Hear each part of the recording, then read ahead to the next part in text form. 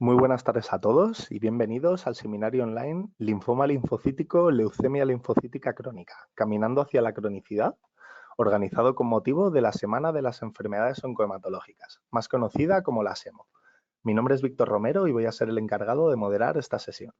Este seminario se encuentra enmarcado dentro de la campaña Imaginando el Futuro, con la que desde AEAL, Asociación Española de Afectados por Linfoma, Mieloma y Leucemia, queremos resolver las dudas de pacientes y familiares para que puedan afrontar el proceso de la enfermedad de una forma mucho más consciente y segura. Para ello, contamos en esta jornada con la presencia de la doctora Macarena Ortiz Pareja, especialista en hematología y hemoterapia en el Hospital Regional de Málaga. Muy buenas tardes, doctora. ¿Cómo está? Buenas tardes. Recuerden que el ponente dispondrá de aproximadamente 30 minutos de exposición y una vez finalice la ponencia tendremos una ronda de preguntas. En el caso de que tengan alguna duda, la pueden ir realizando durante todo el seminario a través de la aplicación en el apartado Preguntas. Y sin más dilación, voy a dar paso a la doctora Ortiz Pareja. Doctora, la permito que nos comparta su pantalla. Muy bien, adelante, cuando desee. Hola, buenas tardes. Como ha dicho Víctor, soy Macarena Ortiz y me dedico en mi hospital desde hace muchos años al cuidado de los pacientes que padecen esta patología, el linfoma linfocítico, leucemia linfocítica crónica, que es la misma patología como veremos durante el seminario. Y ante todo, pues quería dar las gracias a la SEMO y a los organizadores de la SEMO y a EAL, que siempre está al lado de los pacientes, pero también nos ayuda mucho a los médicos.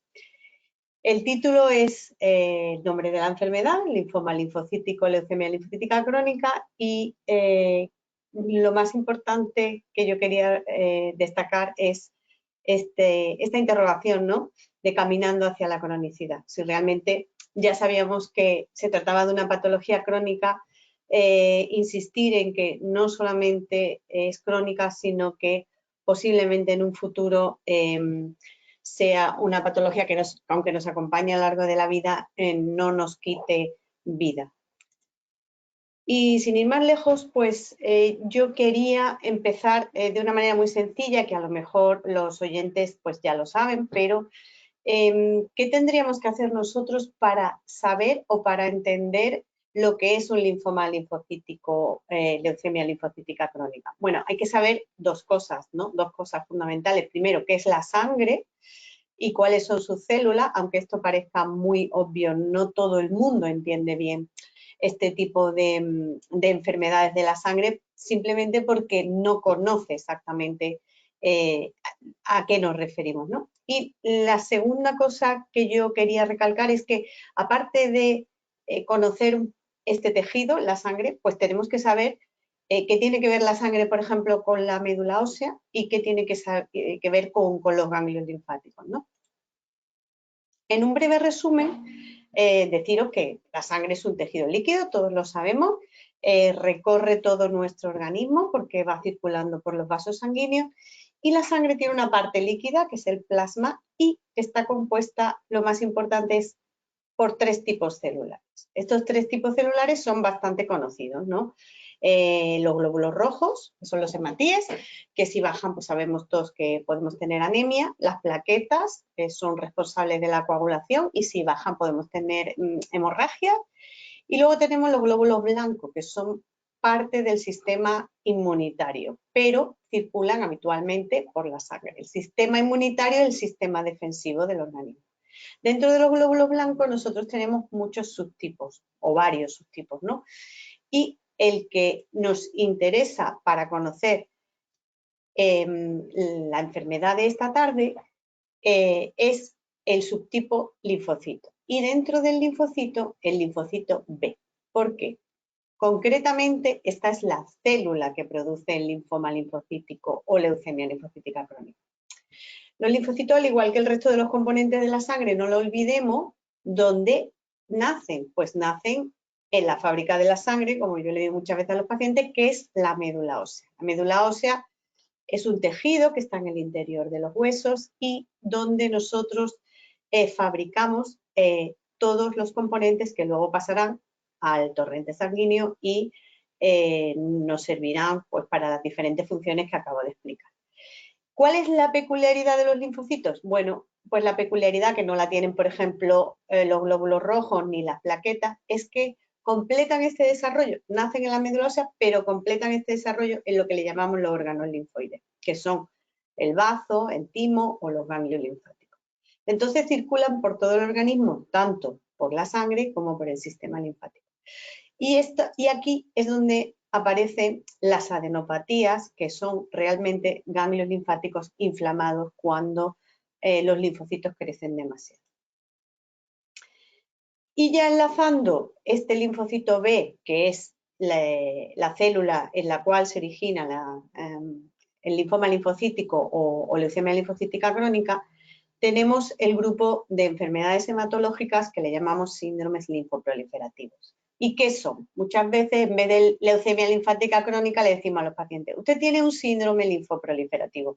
Se nos quedan así mirando, pero no es una palabra difícil, porque en este enunciado lo decimos todo. Bueno, pues un síndrome linfoproliferativo es una alteración de los linfocitos que proliferan de una manera descontrolada, o sea, proliferan, ¿vale? Proliferan los linfocitos. ¿Y por qué se produce? Pues por dos motivos. Bien porque tenga un crecimiento muy rápido o bien porque haya una disminución de la muerte celular o del ciclo vital de estas células linfocitarias. Cuando se acumulan en el organismo, pues estamos realmente ante una enfermedad neoplásica que le llamamos el síndrome linfoproliferativo. ¿Y por qué hemos puesto en el título leucemia linfoma? Pues os lo explico. Porque estos síndromes linfoproliferativos se pueden dar en forma de leucemias, que es cuando los linfocitos, que son las células enfermas, se acumulan en la médula y en la sangre, o en forma de linfomas, que es cuando los linfocitos se acumulan en los ganglios linfáticos y principalmente, y estos se agravan. La Organización Mundial de la Salud tiene muy clasificadas las enfermedades neoplásicas de la sangre, muy clasificadas. Y entonces, las neoplasias de células B o de linfocitos B maduros son, dentro de ellas, tienen muchos subgrupos, pero el primero de los subgrupos es justamente la leucemia linfocítica crónica / linfoma linfocítico o linfoma de linfocitos pequeños. La OMS, la Organización Mundial de la Salud, nos lo dice muy claro, es el mismo tipo de enfermedad. Por eso habitualmente pues lo lleva siempre el mismo especialista. Me da igual que sea en forma de linfoma o que sea en forma de leucemia. ¿Y cuáles son las características de la LLLC, por llamarlo por sus siglas, ¿no? Bueno, tenemos cosas que todos sabemos, como por ejemplo que tiene una edad media de diagnóstico pues algo más avanzada que por ejemplo en el caso de las leucemias agudas. No olvidemos que es una leucemia crónica, no aguda. La edad media suele ser de 72 años, es raro tenerlo o muy infrecuente tenerlo en gente joven. Por encima de los 50 años sí que vemos ya pacientes, pero por debajo de los 50 años es relativamente excepcional. Es ligeramente más habitual en hombres que en mujeres, pero poco más, en 2:1 aproximadamente. En la mayoría de los casos, como sabemos, progresa de una forma lenta y por eso el término crónico. Y es la forma de leucemia más frecuente en los países occidentales. En cuanto al origen, nos preguntaremos todos, vamos a ver, ¿hay una causa, una etiología, algo que realmente pueda ser el desencadenante? Se pregunta mucho en la consulta, ¿cuál es el desencadenante de esta enfermedad? Bueno, el desencadenante exacto no lo conocemos, pero lo que sí sabemos es que es el resultado de un cambio, de una mutación en el ADN. Como sabéis, el ADN es la información genética que tiene cada célula dentro. Entonces, cuando se altera el linfocito B, que es un linfocito habitualmente normal, que hace su función en el organismo, se puede volver neoplásico o tumoral. Es una mutación adquirida, porque otra de las dudas siempre es, ¿esto lo tengo yo de nacimiento? Pues no, no está presente al nacimiento. Aunque no sabemos bien cómo va, pero sabemos que a lo largo de la vida hay pequeñas alteraciones en estos genes y que se van sumando hasta que finalmente la célula maligniza. Y ¿Por qué pasan estas mutaciones? Esto es lo que todavía quizá desconocemos. Parece que no es una causa única. No es que yo, por ejemplo, pues me he puesto en contacto con la lejía y entonces pues me he desencadenado esta patología. No. Se sabe que es multifactorial, que probablemente haya muchas interacciones que son las que puedan producir esto y exactamente las desconocemos. De hecho, lo que sí se sabe es que hay un estadio previo, en muchos casos, no en todos, un estadio previo asintomático que la mayoría de las veces es indetectable porque en los análisis corrientes no lo vemos, puesto que no aumenta el número de linfocitos, que se llama la linfocitosis monoclonal B. Ahí ya podríamos, si hiciéramos pruebas específicas genéticas, pues ver que existe una, digamos, una población muy pequeñita de los linfocitos normales que no son buenos y entonces esa población pequeñita en un momento determinado, al cabo de los años, podría transformarse y crecer y estaríamos ante la LLC. Como estas células de la LLC tienen una vida media mayor que las normales, porque justamente lo que tienen estropeado es el mecanismo de muerte, se acumulan en la médula, se acumulan en la sangre, se acumulan en el bazo y en los ganglios linfáticos. ¿Qué pasa? Que esto no es de un día para otro, sino que es una progresión muy lenta. Entonces, a la mayoría de los pacientes el padecer esta enfermedad pues no les supone demasiada afectación porque pueden hacer su vida normal durante varios años y además la mayoría no requieren tratamiento. Sin embargo, hay un pequeño porcentaje de pacientes en los que la enfermedad es mucho más agresiva y puede aparecer una progresión más rápida con síntomas clínicos que a nosotros y al paciente pues ya hace que tengamos que iniciar pues un cuidado más importante e incluso tratamiento. Y la progresión clínica, otra cosa que la gente me dice al principio es, bueno, ¿y cómo sé yo que la enfermedad que la tenía estable, que llevo 3 años con ella y que no tengo que hacer nada, solo revisiones, cómo sé yo que está progresando? Bueno, la mayoría de la gente lo que experimenta es o bien un agrandamiento de órganos como el bazo, que le produce, cuando se agranda muchísimo, puede producir muchas molestias y puede producir muchos problemas. Puede agrandarse también el hígado, pueden agrandarse los ganglios linfáticos, con lo cual aparecen adenopatías importantes por todo el organismo. Podemos tener descenso del resto de las células de la sangre, o sea, una anemia o una bajada de plaquetas. ¿Por qué? Porque las células tumorales, pues como ahogan a las células normales.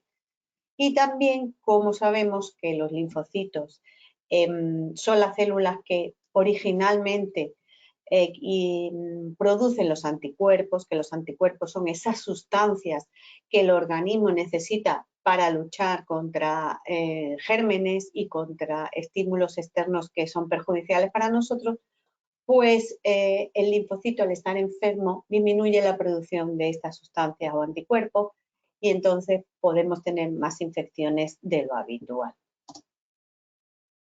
¿Y cómo es el comportamiento de la patología? Bueno, es una enfermedad muy variable, como hemos dicho, que la mayoría de la gente tiene una estabilidad al principio del diagnóstico importante y duradera, pero sabemos que en otras personas va a cambiar. Y cómo detectamos que un paciente va a ir con enfermedad estable, o sea, va a estar más tiempo sin problemas, o otro va a ir un poquito más rápido. Bueno, pues tenemos factores clásicos, clínicos, que bueno, son fáciles de entender, ¿no? Como el número de ganglios que tenemos afectados o la presencia de estas citopenias que hablábamos antes, ¿no? De la anemia y de la trombopenia. O, por ejemplo, la rapidez con la que se produce el crecimiento de estas células enfermas, ¿no?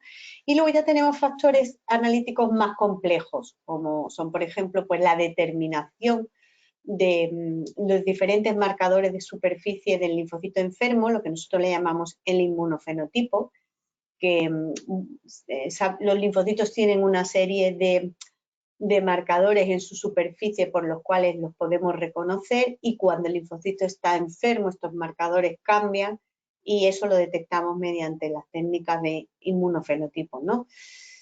Luego podemos ir todavía a un paso más específico, que es estudiar los cambios genéticos que se producen en la célula tumoral, y que dependiendo del cambio que tenga esa célula tendremos una patología más o menos agresiva. ¿Y cuáles son las alteraciones más agresivas? Bueno, pues sobre todo las del cromosoma 17, las del cromosoma 11 y lo que le llamamos las mutaciones de un gen que es el TP53, que es el gen supresor de tumores. Como su nombre indica, si nosotros tenemos alterado el gen supresor de tumores, pues tenemos más posibilidad de que los tumores aparezcan en nuestro organismo. Y bueno, ¿cómo ha evolucionado la enfermedad en los últimos años? Pues ha evolucionado, como hemos dicho al principio del seminario, pues caminando hacia la cronicidad. Y sobre todo, y lo que creemos que pasará en un futuro inmediato, es que incluso podremos hablar en un momento determinado y en algunos pacientes escogidos de curación. Sabemos que es una enfermedad de moda. Si habéis leído en los últimos años noticias de salud o habéis tenido ocasión de leer algún tipo de web o de seminarios sobre salud y sobre medicina, pues quizás la hayáis encontrado. Por ejemplo, los enormes avances científicos pues, que ha experimentado la patología en los últimos años, ¿no? Que han salido hasta en la prensa. ¿Y cuáles han sido? Pues en primer lugar tenemos que la secuenciación genómica, o sea, el genoma, la genética exacta de la leucemia linfática crónica se descifró y se publicó en el 2011. Y esto fue una noticia muy importante para la comunidad científica, ¿no? Y además fue un grupo de españoles que descifró exactamente cómo funcionaba el genoma de la enfermedad. Y esto ha dado un conocimiento muy amplio de todo el funcionamiento, ¿no? de este tipo de patología.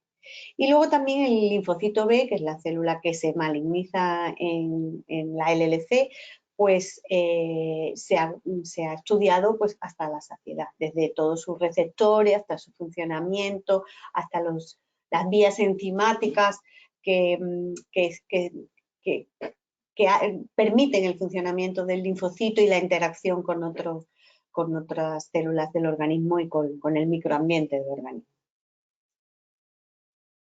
Y ya podemos decir, bueno, pues ya tenemos una enfermedad, la hemos diagnosticado, hemos esperado un tiempo, parece que ha habido un crecimiento importante de la carga tumoral y que el paciente tiene síntomas. Entonces, ¿cómo decidimos cuándo iniciamos el tratamiento de un paciente que tenga LLC? Bueno, pues como he dicho, en la fase inicial, nada, no necesitamos, simplemente observarlo y control periódico. Y el paciente puede hacer su vida normal porque no va a tener ningún síntoma. Pero, sin embargo, el sentido común, entre otras cosas, es el que nos va a decir que la enfermedad está progresando. Por ejemplo, cuando el paciente tiene síntomas sistémicos muy importantes, como la aparición de fiebre diaria o la pérdida muy importante de peso, ¿no? También, pues, cuando vienen a la consulta y te dicen, mira, es que estos ganglios es que me están creciendo por días, y ves unas masas ganglionares muy importantes y además con riesgo de que puedan comprimir algún órgano vital. Aparición de anemia o trombopenia, que es lo que nosotros controlamos, por eso vemos a los pacientes cada X número de meses y podemos decir, bueno, pues mira, este análisis va muy bien, o este análisis que va cada día va progresando la anemia y bueno, ya tenemos que ver si hay que iniciar un tratamiento, ¿no? Y luego un aumento muy rápido de los linfocitos, que no es lo mismo que tener un número de linfocitos elevado. Yo puedo tener muchas células tumorales, pero realmente estas están solo en la sangre periférica y no me afectan, ¿no? a mi calidad de vida ni al resto de mi organismo, ¿no? Y no tienen un crecimiento rápido, sino que están estables ahí. Pues tengo 100.000 leucocitos y llevo así pues 4 años, pues listo, no pasa nada. Ahora, lo que sí es verdad es que un crecimiento muy rápido sí que puede ser indicativo de que la patología va empeorando.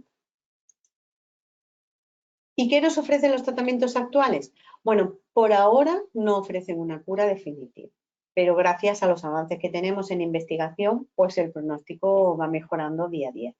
¿Y qué es lo que realmente nosotros querríamos como médicos, como pacientes, como familiares, como cuidadores, conseguir, ¿no? Pues realmente conseguir una supervivencia global de los pacientes que tienen el LLC o linfoma linfocítico, pues igual que la población general. Si yo tengo 70 años y resulta que mi vida programada va a estar en 93, pues tenga la LLC o no la tenga, pues yo quiero llegar a los 93, ¿no? Esto es algo, pues supongo que básico. ¿Cuáles son los tratamientos actuales? Bueno, lo primero que yo os quería comentar es un poco, y sobre todo por si hay oyentes que ya lleven muchos años con la enfermedad, ¿no? Que los tratamientos han evolucionado de una forma espectacular. El primero que tuvimos pues, fue clorambucil, que todavía se sigue usando, no es un tratamiento que nosotros lo hayamos ni mucho menos olvidado, ¿no? Está en activo y se puede utilizar. Clorambucil se empezó en monoterapia y empezó en el año 1956, ya hace tiempo. No olvidemos que es un quimioterápico, que aunque siempre se administra de forma oral, es un quimioterápico. Luego en los 80 ya empezaron combinaciones de varios quimioterápicos intravenosos que realmente no fueron lo mejor para este tipo de enfermedad porque daban demasiada toxicidad y al ser una patología pues crónica, digamos que no consiguen llegar a todas las células, con lo cual las combinaciones de quimioterápicos no fueron lo mejor. Luego aparecieron fármacos como la fludaramina, que sí se vio que era muy efectivo contra linfocitos B enfermos y posteriormente pues lo que se consiguió fue unir los quimioterápicos a los anticuerpos monoclonales, que fue a partir del año 2000 aproximadamente.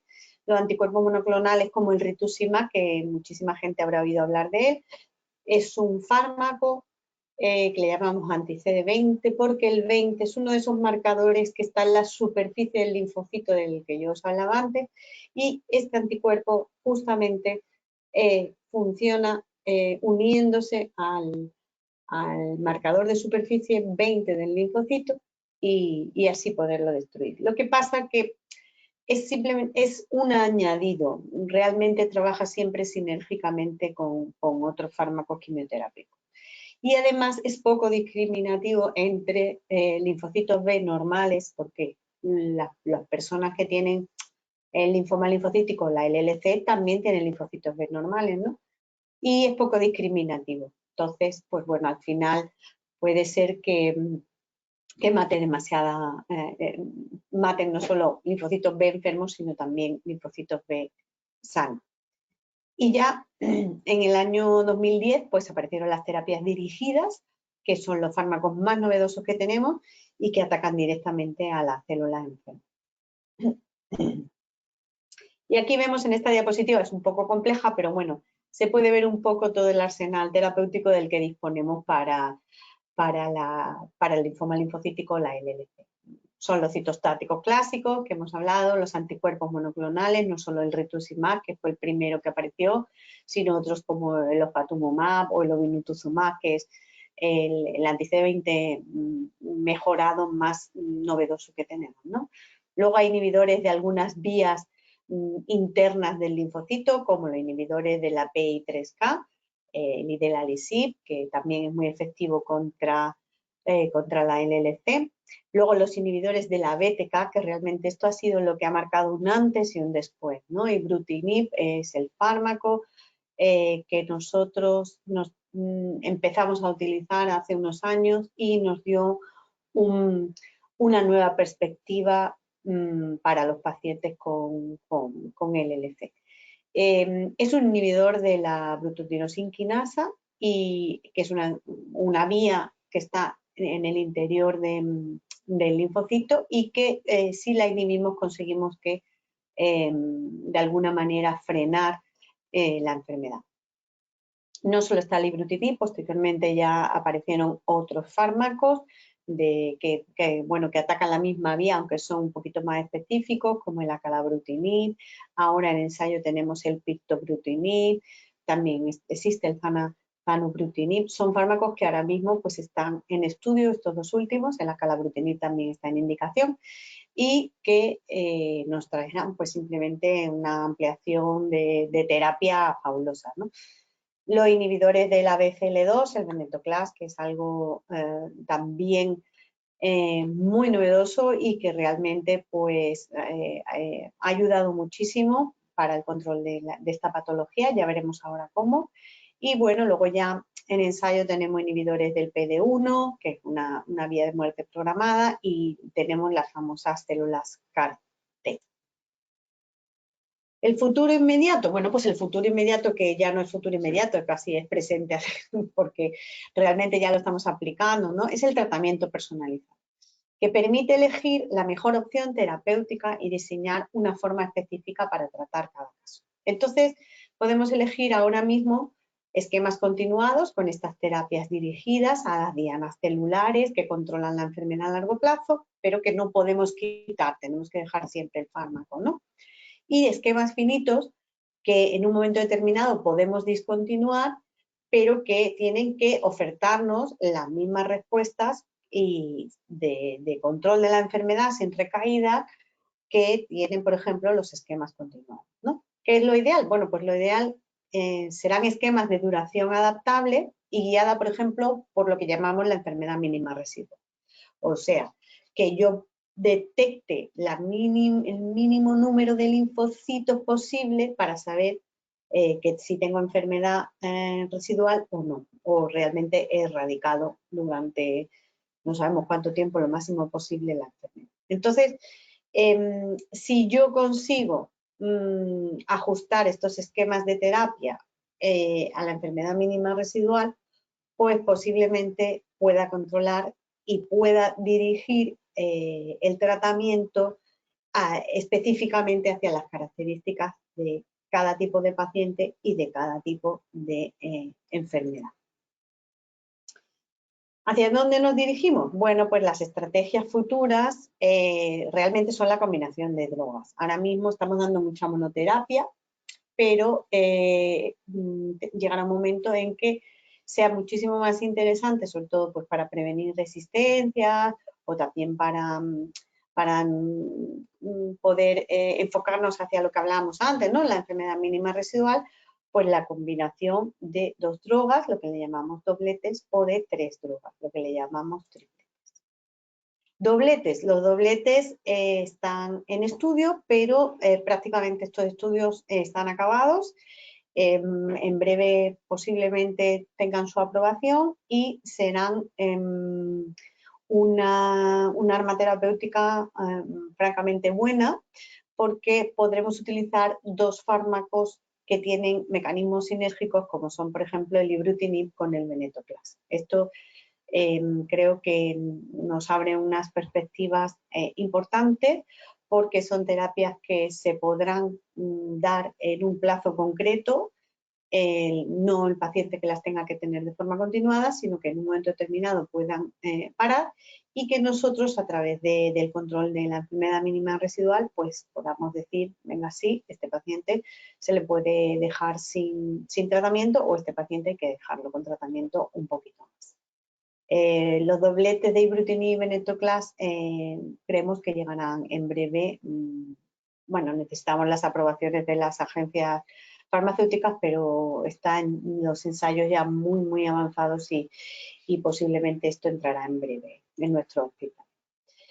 ¿Y cuántos ensayos clínicos hay sobre por ejemplo, este esquema de tratamiento tan interesante? Pues muchísimos. Aquí los veis todos. He puesto un ejemplo, ¿no? de los que tenemos, de los que hay en marcha en el mundo, y bueno, creo que es francamente positivo que haya tanta gente trabajando sobre la LLC y el linfoma linfocítico.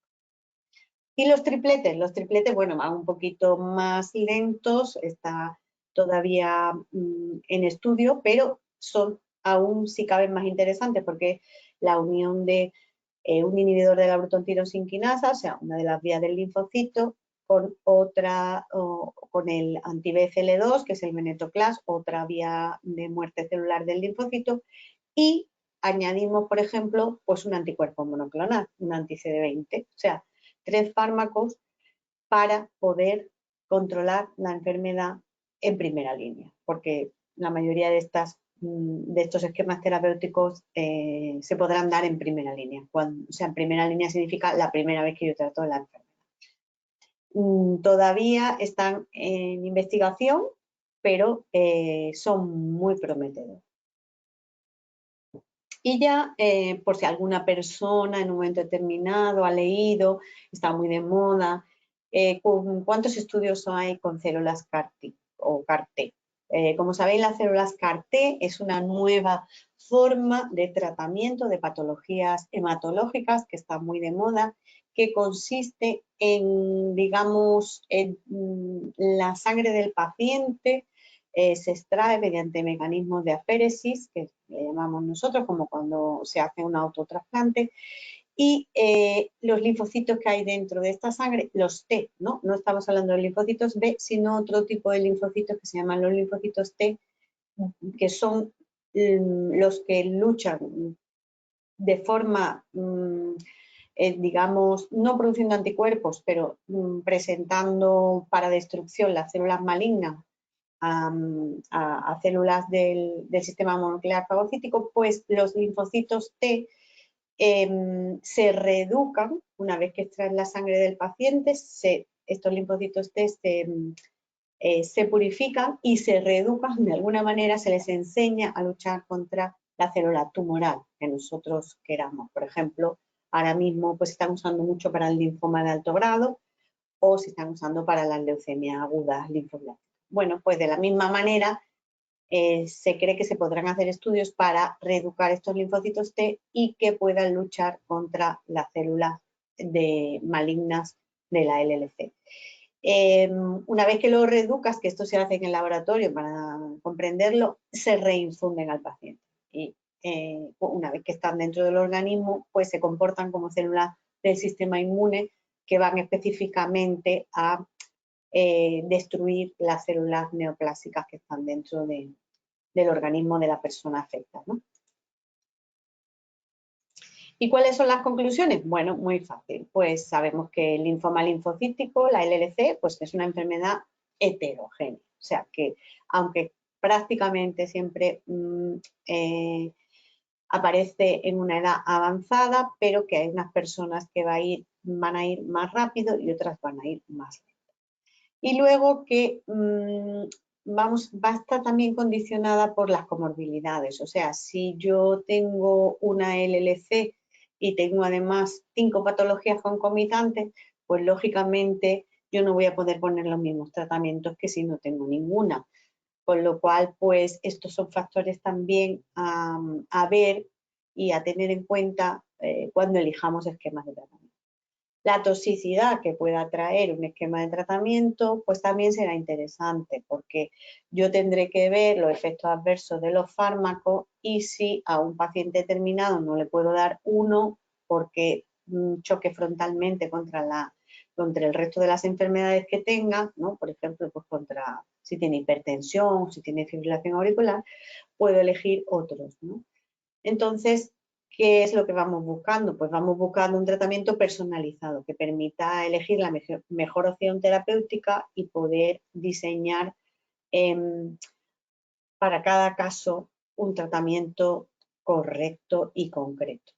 Y otra de las conclusiones que podemos tener en cuenta es que los avances genéticos que permiten identificar a los pacientes de riesgo y localizar el tratamiento más adecuado para ellos van funcionando día a día, o sea que nos separan y nosotros tenemos aquí pues un mundo por descubrir interesantísimo, ¿no? Que los nuevos fármacos específicos que hemos ido consiguiendo en nuestro arsenal terapéutico para los pacientes que tienen el LLC, pues han conseguido la cronicidad de la patología y prácticamente igualar las supervivencias con las de la población general.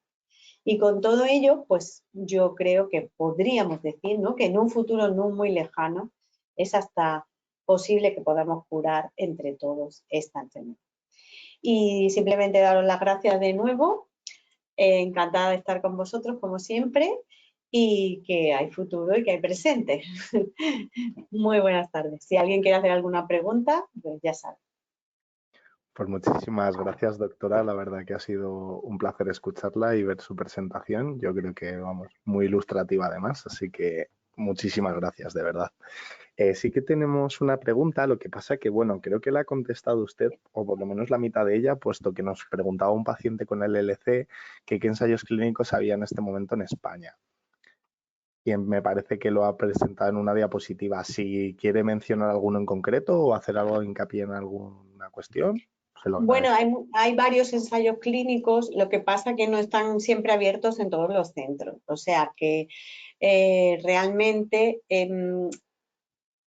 cada paciente, pues en un momento determinado, si tiene interés en participar en un ensayo, pues tiene que preguntar en su centro de somatólogo de referencia, por ejemplo, si está abierto. La mayoría de los ensayos, pues muchas veces son en primera línea, entonces, claro, no se los podemos ofrecer a todos los pacientes, sino simplemente a los que están de nuevo diagnóstico, ¿no? Y ya pues cuando vemos que un paciente está muy interesado y que quiere participar en algún ensayo, pues se puede poner en un momento determinado en contacto con el centro de referencia y pues podría él ir y decir, bueno, pues sí, yo quiero participar, pues mira, yo me voy a lo mejor a Barcelona que tienen 2 o 3 ensayos abiertos y lo veo. Sí, hay varios ensayos, sí, específica. Bueno, ahí he puesto varios, sobre todo los de Ibrutinib con venetoclax, pero vaya, que en Carticel, que la mayoría de las veces los ensayos que hay son pocos, pero que suelen estar en Barcelona. Y concretamente, pues como son muchos, no te puedo decir la lista entera, ¿no? Pero vaya, que creo que si uno tiene interés en participar en algún ensayo, pues su hospital de referencia sin duda le pondrán en su conocimiento. Muy bien, doctora, muchas gracias, puesto que, bueno, ha contestado prácticamente a la segunda parte de la pregunta, ¿no? Que era de qué manera se podría acceder a ellos, puesto que siempre muchos pacientes nos preguntan esa duda, ¿no? Si esos ensayos clínicos se los ofrece directamente su hematólogo, son ellos los que se tienen que informar de cuándo, de dónde Claro, están o de cuáles no, son a y ver, preguntar. claro, sí, eso es que es interesante porque muchas veces nosotros en los centros pues no tenemos abierto un ensayo clínico novedoso, ¿no? Porque a veces son muy específicos, ¿no? Entonces, por ejemplo, el último que se abrió en el Grupo Español de Leucemia Linfática Crónica es, bueno, pues uno de los mayoritarios, ¿no? Que lo preconiza el grupo alemán y entonces lo que hace es que si no tienen bastante paciente en Alemania, pues va abriendo y entonces dice, bueno, pues necesito 5 centros en España o 6 y entonces pues bueno, se van, a lo mejor solo está abierto en 5 o 6 centros, ¿no? Y por eso lo ideal es, si no te lo ofrecen, habitualmente es que no está el ensayo en tu hospital disponible. Cuando hay un ensayo en tu hospital disponible, pues te lo ofrecen enseguida porque a nosotros nos interesa como médicos tener a los pacientes en los ensayos porque les da una oportunidad muy interesante. Y, y si no te lo ofrecen es que no está, pero claro, si uno dice, no, yo ante todo quiero entrar en un ensayo, pues entonces lo mejor es que lo pregunte en su centro. A mí a veces me pasa que he ofrecido un ensayo de otro centro, digo, mira, sé que en Sevilla hay tal ensayo abierto, ¿te interesa? Y la gente dice, no, que yo hasta Sevilla no voy a ir, ¿no? Claro, eso a veces es complicado. Y la mayoría de los ensayos, pues muchos de ellos están en primera línea, entonces claro, en primera línea, como también tenemos muchos fármacos actualmente activos y muy, muy potentes, pues realmente si no tenemos el ensayo abierto en el hospital a veces no lo ofrecemos porque no es una cosa que en práctica clínica sea absolutamente necesaria, ¿no? Y ya pues ensayos en segunda, tercera línea, etcétera, pues hay, pero están más restringidos, ¿no? A Claro. veces, ya te digo, por ejemplo, yo en mi hospital pues hemos tenido varios, pero de vida real o de control de otro tipo de factores, ¿no? En el paciente y siempre que tengo uno abierto se lo ofrezco, siempre, porque a mí me interesa muchísimo. Y si veo a un paciente que a lo mejor pues tenga ganas, pues yo me quiero curar y yo quiero ir al ensayo de primera línea y tal, pues Entonces, simplemente hablar con los compañeros, por ejemplo, si está abierto en Salamanca, pues hablar con Salamanca, pero claro, en muchas ocasiones el paciente es el que se tiene que desplazar e ir a estos sitios. Y claro, la mayoría de la gente pues a lo mejor no tiene medio económico, no le apetece, y como realmente no es una enfermedad que esté descontrolada, Ya. sino que al principio sobre todo tenemos buen control, pues mucha gente dice, bueno, pues ya está, yo por ahora me quedo aquí y ya veremos, ¿no? Muy bien, doctora, pues muchas gracias y bueno, muchísimas gracias por la esperanza, ¿no? Porque bueno, según sus palabras, sí, claro, si es así, lógicamente será porque estamos ya en un buen punto, por así decirlo, en tema de tratamientos y bueno, esperemos que sigan mejorando igualmente. Muy bien, Claro. doctora, pues muchas gracias. Pues aquí finaliza el seminario Linfoma linfocítico, leucemia linfocítica crónica, caminando hacia la cronicidad. Agradecemos una vez más a la doctora Ortiz Pareja su colaboración totalmente altruista y a los participantes su asistencia e interés. Esperamos que les haya resultado interesante y les haya resuelto sus dudas y recuerden que podrán encontrar este seminario guardado tanto en el canal de YouTube de AEAL como en la web realizada con motivo de la Semana de las Enfermedades Oncohematológicas. Muchísimas gracias a todos y muy buenas tardes. Doctora, mil gracias de nuevo, un placer conocerla y nos vemos en la próxima. Adiós, que tenga buena tarde. Adiós.